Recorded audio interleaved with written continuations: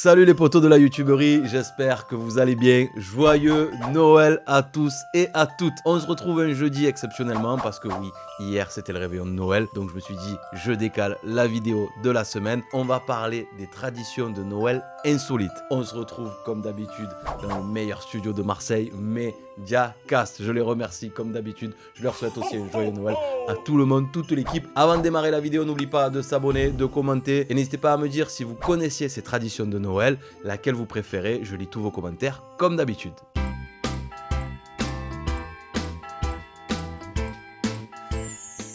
Et on commence cette vidéo par le Japon où Noël est célébré de façon différente parce que là-bas, c'est pas une fête religieuse majeure. Mais la tradition de Noël au Japon, c'est de bouffer KFC. C'est dans les années 1970 que ça a commencé grâce à une campagne de marketing réussie de KFC. Manger du poulet frit le soir de Noël, c'est devenu une coutume nationale. Les familles japonaises, elles commandent leur poulet pendant des semaines à l'avance, leur Christmas Party Barrel, et ils mangent après le poulet. Je sais pas s'ils le mangent à la maison ou s'ils le mangent sur place, mais les files d'attente devant les restos KFC le 24 décembre, c'est interminable. Et c'est quand même le meilleur exemple d'une tradition qui est née grâce à une publicité.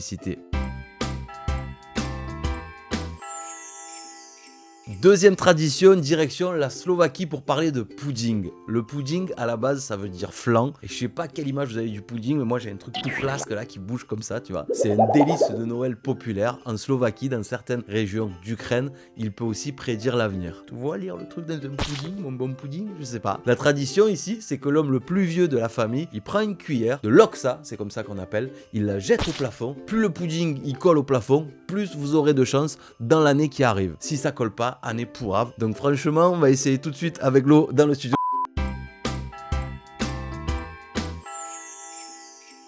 En parlant de pudding, à la base c'est britannique. Les Anglais, ils font le Christmas pudding. Tu le jettes pas au plafond, juste tu le manges, mais c'est un truc à base de pain, de fruits secs, de sucre, d'arômes d'orange, du rhum et de la cannelle. Une tradition bien anglaise qui mange depuis le XVIe siècle.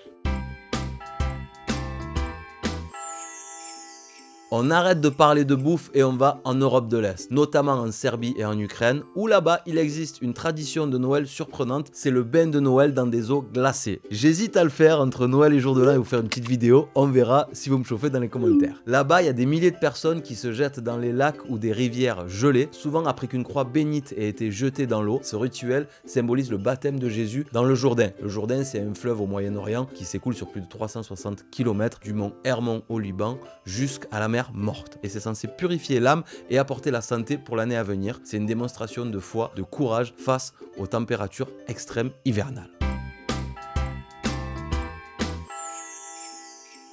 Nouvelle tradition de Noël et on part loin, direction l'Australie. Là-bas, la tradition de Noël, c'est d'aller à la plage. Ben oui, pourquoi? Parce que Noël, ça tombe en plein été. Et oui, vu que les saisons sont inversées, là-bas, la tradition, c'est de faire un barbecue à la plage. Il y a même des Pères Noël surfeurs qui arrivent. Au niveau de la bouffe pour les Australiens, c'est des fruits de mer, des grillades et quelques plats traditionnels anglais, comme le Christmas pudding. C'est très britannique, il s'inspire un peu de ce qui a été fait. Ou encore la célèbre pavlova qui remplace la bûche de Noël que personne ne connaît en Australie.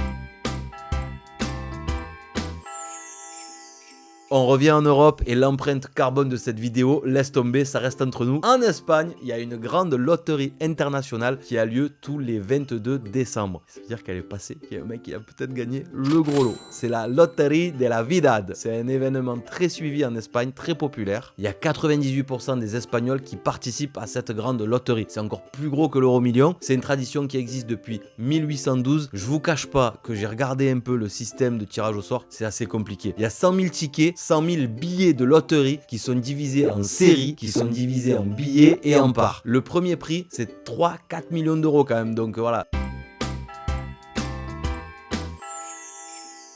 On va en Catalogne, pas très loin, avec une figure insolite qui se cache dans les crèches, un genre de santon de Noël, ça s'appelle le caganer. Pour ceux qui parlent pas espagnol, il y a quand même un mot que tout le monde connaît, cagagne, caganer. C'est un petit personnage accroupi, les fesses à l'air, en train de couler un bronze. Et ils mettent ça dans les crèches. À la base, l'origine exacte, elle est un peu incertaine, ok, mais il est apparu dans les crèches catalanes au XVIIIe siècle. Il est perçu comme un symbole de bonne fortune, de prospérité, de fertilité, car ses excréments fertilisent la terre pour l'année à venir. Il est devenu Ça me fait beaucoup marrer parce qu'il est devenu si populaire qu'on trouve aujourd'hui des caganer à l'effigie de célébrités. Donald Trump, personnage de fiction, ce qui ajoute une touche d'humour et de modernité à cette tradition ancienne.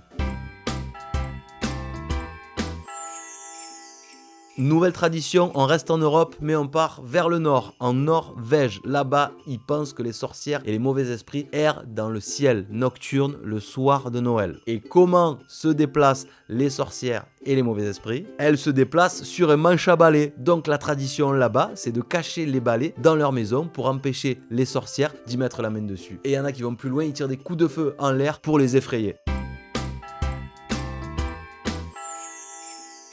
On change de continent pour cette tradition, direction l'Amérique du Sud. Si je vous dis Caracas, vous me répondez Venezuela, évidemment. Et là-bas, les gens, ils ne se rendent pas à la messe de Noël à pied, mais en roller. Certaines routes sont fermées pour que les Vénézuéliens aillent à la messe en roller de façon sécure. Nouvelle tradition, on reste dans ce secteur et on va au Mexique pour la nuit des Radis, qui se traduit par la Noche de Rabanas. Dans la ville d'Oaxaca au Mexique, on y célèbre chaque 23 décembre la Noche de Rabanos, un festival où les commerçants et les artisans vendent des radis finement sculptés. C'est pour représenter des scènes de la nativité, la faune, l'architecture locale. Les sculptures de radis sont vendues comme centre de table pour Noël et le créateur du meilleur dessin de radis gagne un prix en argent. C'est pas mal en vrai. Après les radis, on va parler cornichon avec cette nouvelle tradition aux États-Unis, le cornichon de Noël. La légende raconte que vers 1860, pendant la guerre civile, un soldat capturé est tombé gravement malade et il a demandé un cornichon pour aller mieux. Là, il y a un garde qui lui en a donné un et après avoir été miraculeusement guéri, il a mis un cornichon dans son arbre de Noël chaque année par gratitude. Et cette tradition de Noël, elle est surtout présente dans le Midwest américain. Cette décoration est la dernière placée dans un sapin de Noël décoré. Et le soir du réveillon de Noël, parmi les aiguilles, le premier enfant qui découvre le cornichon de Noël reçoit un cadeau supplémentaire. Il peut déballer ses cadeaux en premier ou recevoir encore plus de chance pour l'année à venir. Petite pause musicale les amis dans cette vidéo. J'ai découvert une chanson qui m'a fait énormément rire. C'est une musique de Noël en Inde. Écoutez. Just hear those sleigh bells jingling, ring-a-ting-a-ling-a-too. Ring-a-ling-a-ling-a-ding-dong. Come on, it's lovely weather for a sleigh ride together with a Jew. Outside the snow is falling and friends are calling you. Come on, it's lovely weather for a sleigh ride together with a Jew. Voilà, c'est mon petit cadeau de Noël à moi. J'espère que ça vous a bien fait marrer. Allez, on reprend nos traditions de Noël insolites et on part en Europe de l'Est, notamment en Pologne et en Ukraine, où il n'est pas rare de voir des sapins de Noël suspendus à l'envers. Cette pratique était courante avant que le sapin de Noël soit dressé sur un pied. Suspendre l'arbre par la pointe au plafond était une façon d'économiser de l'espace. Et oui, c'est pas bête ça. Au-delà de l'aspect pratique, certains y voient un symbole religieux, l'arbre inversé représentant la Sainte Trinité ou même le Christ crucifié. Aujourd'hui, bien que moins répandue, cette tradition connaît un regain d'intérêt comme décoration moderne et originale. En Ukraine maintenant, la décoration du sapin de Noël prend une tournure inattendue avec la tradition des toiles d'araignée artificielles. Selon une légende ukrainienne, une pauvre veuve et ses enfants n'avaient pas les moyens d'acheter des boules de Noël, d'acheter des guirlandes. Et pendant la nuit de Noël, une araignée a tissé une magnifique toile scintillante sur l'arbre, transformant la tristesse en joie. Depuis, les Ukrainiens y décorent leur sapin de Noël avec des ornements en forme de toile d'araignée. C'est une tradition poétique qui met en lumière la beauté trouvée dans l'inattendu. D'ailleurs, l'inattendu, j'adore ça. Ça fait quelques temps qu'on fait des lives ensemble, les amis. Je voulais faire une nouvelle parenthèse pour vous donner un petit cadeau, deuxième cadeau de la vidéo. Je sais pas si vous avez vu cette vidéo. J'ai eu un fou rire de dingue quand j'étais en direct. C'est le fou rire du 2 litres TDI. Le voici. Ça va, JM? Ça va et toi? Ça va. Tu fais quoi de beau dans la vie? J'ai fait des diamants painting, j'ai fait un peu de tout. C'est ton métier? Mais en fait, non, c'est pas un métier, en fait, c'est une passion. C'est quoi ton métier sinon? Ben, mon métier, moi, c'est la jardine, je fais le truc de jardin. À Bricomarché, Ben, en fait, je travaille à Bricomarché. Ok. Et tu fais quoi à Bricomarché? Ben, en fait, je travaille dans les plantes, dans les fleurs, tout ça, quoi.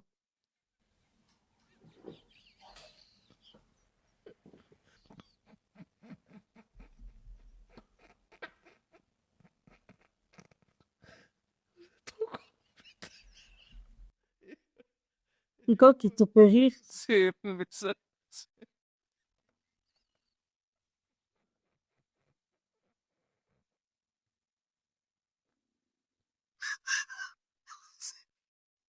Le 2 litres de TDI qui m'a tué. Oh putain. Pardon, pardon. Pas grave. Il a écrit. Petit souci de prompteur, mais il n'y a pas de problème, il n'y a que des solutions. Je prends l'ordinateur et on continue la vidéo. C'est le 2 litres TDI, il a cassé le prompteur, c'est comme ça les amis.